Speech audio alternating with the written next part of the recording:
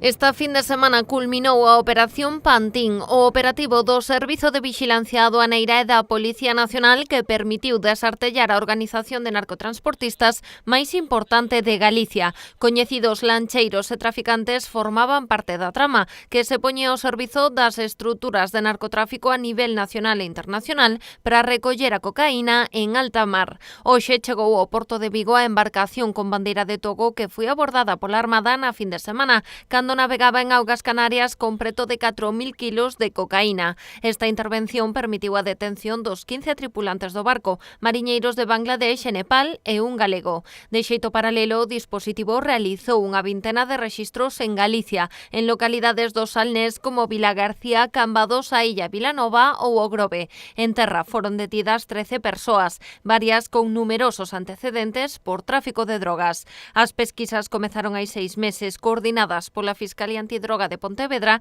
e dirixidas polo Xulgado de Instrución número 3 de Vigo. Participaron efectivos da Armada Española, da Axencia Americana Antidroga, da National Crime Agency británica e da Policía de Colombia. A operación continúa aberta e non se descartan novas detencións.